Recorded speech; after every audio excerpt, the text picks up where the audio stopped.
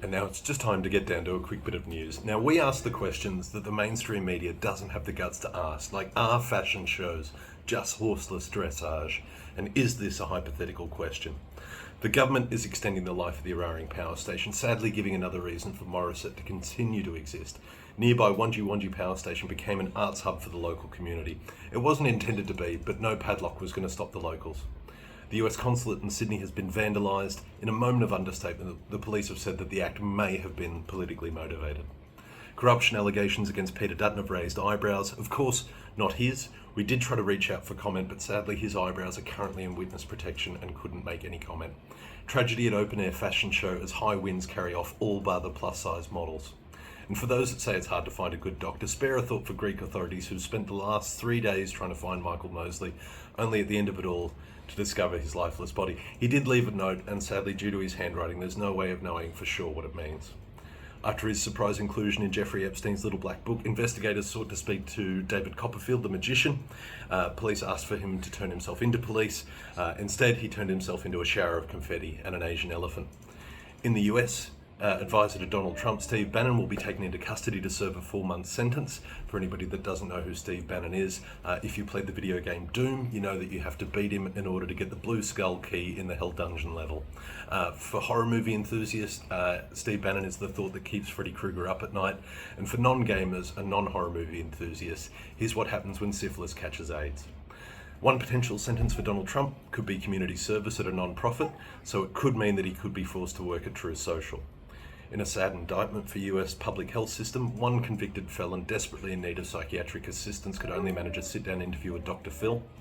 And Justice Alito of the US Supreme Court is in trouble due to the actions of his wife flying pro-Trump flags over the January 6 riots. And to punish her, he plans on taking away freedoms from all American women.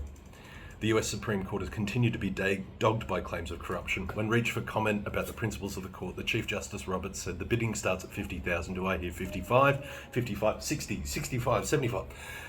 It's only 146 sleeps until the next US election and potentially none after. President Biden is hoping to pick up any swing voters by clamping down on the border via executive orders. It's going to be hard to get Biden out of the White House because to me it already looks like he's haunting the place. Joe Biden has been alleged of manipulating the US justice system, although it doesn't appear to have reached as far as protecting his own son from weapons charges. Hunter Biden has now been charged after purchasing a gun while being addicted to drugs, which at that point in his life he said that he was using crack cocaine every 15 minutes, which means you can buy a gun in the United States in under 15 minutes.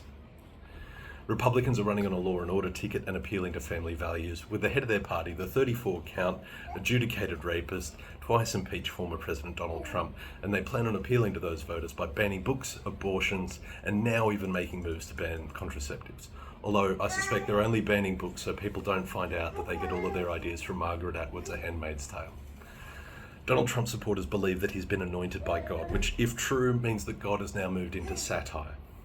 And in the Middle East, Israel has rescued 4 hostages alive. There's no way of knowing how many hostages still remain. The only confirmed fatalities are the ones that the IDF have shot on previous hostage rescue missions. Nigel Farage has lashed out saying that he's sick and tired of being called a racist, although it would probably help if he stopped doing and saying racist things. If you don't know who he is, he's the guy in the picture on the Wikipedia article about racism. And it's interesting that Rishi Sunak is trying to force teenagers into doing national service when he can't even sit through a commemoration service.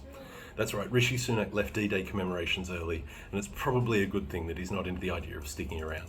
Anyway, if you did enjoy that, like, share and subscribe. That was another Skewered News, and I'll see you again next week for more of the same.